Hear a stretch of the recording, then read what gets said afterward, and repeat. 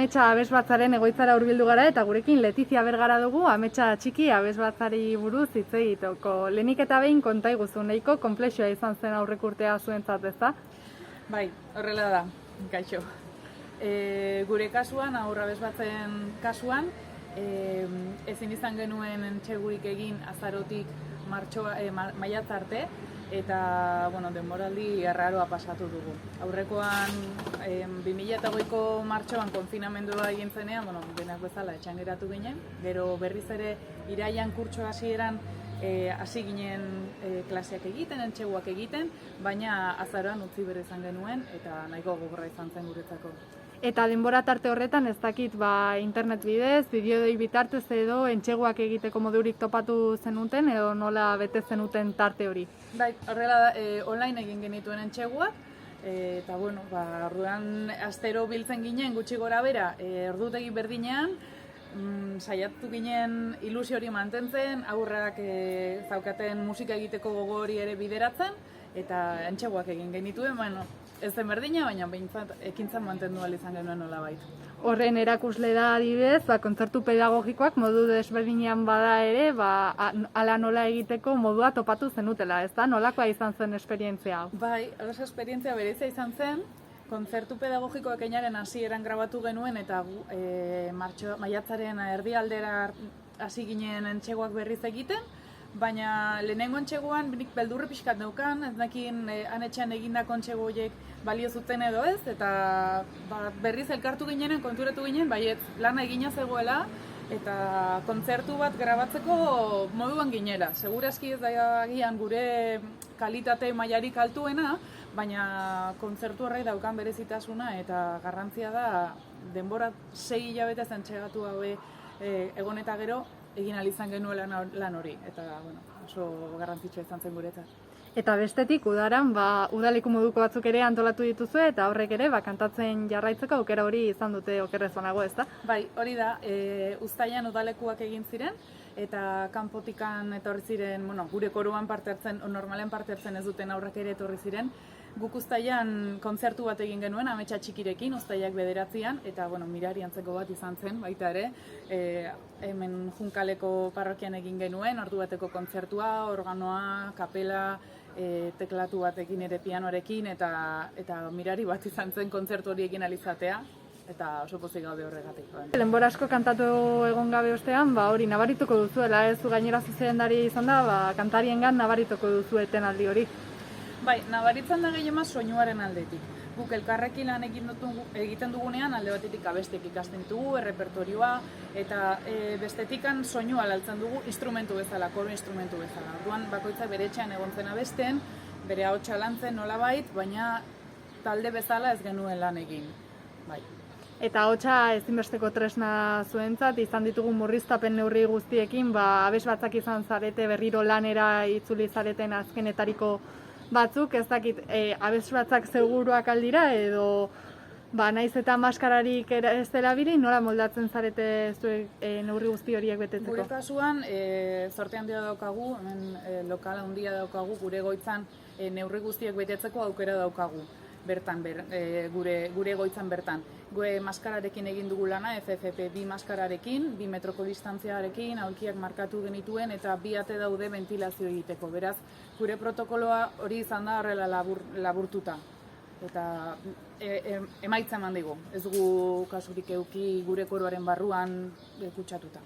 Primeran, eta ez dakit erresa izango ote den maskararekin lan egitea edo hori ere nabarituko duzuen. Oso zaila da. Normalean hitz egiterako nire ahotsa aldatu egiten da, pentsatu abesterakoan.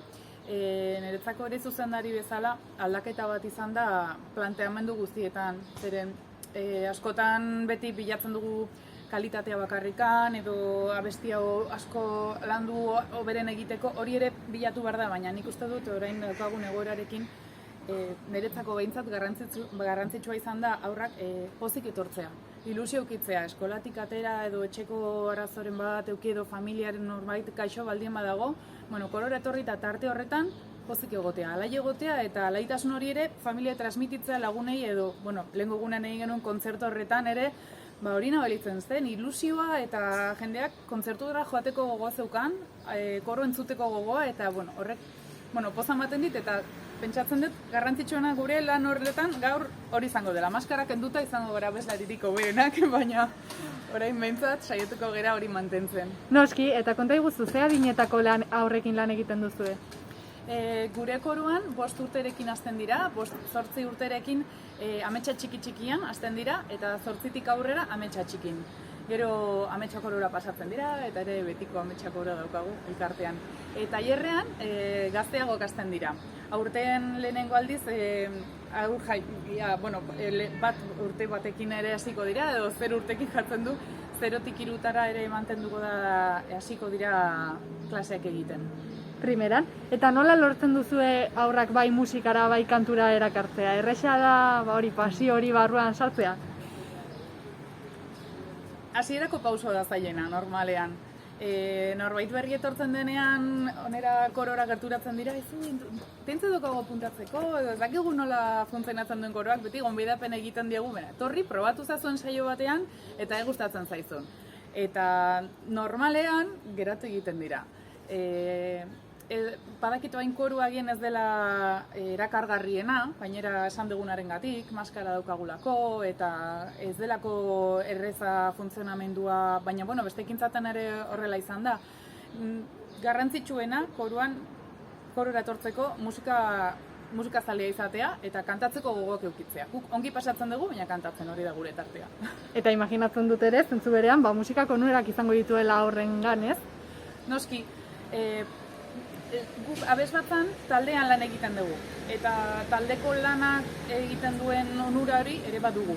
Gero musikak noski burmuinan garatzen dituen alde guzti horiek, ez? Askoz teknikoagoa da, eta agian hori medikuntzak jakingo du, mediku batek esango dizu askoz hobeto, baina memoria landu egiten dugu, ahotsaren osasuna baita ere, ez da bakarrikan abestea, batzutan igual ahotsa bikaina ez daukaten aurrak etortzen dira, eta onura hori ere sentitzen dute arnasketa nola egiten den ikasten, gauza asko lantzen ditugu.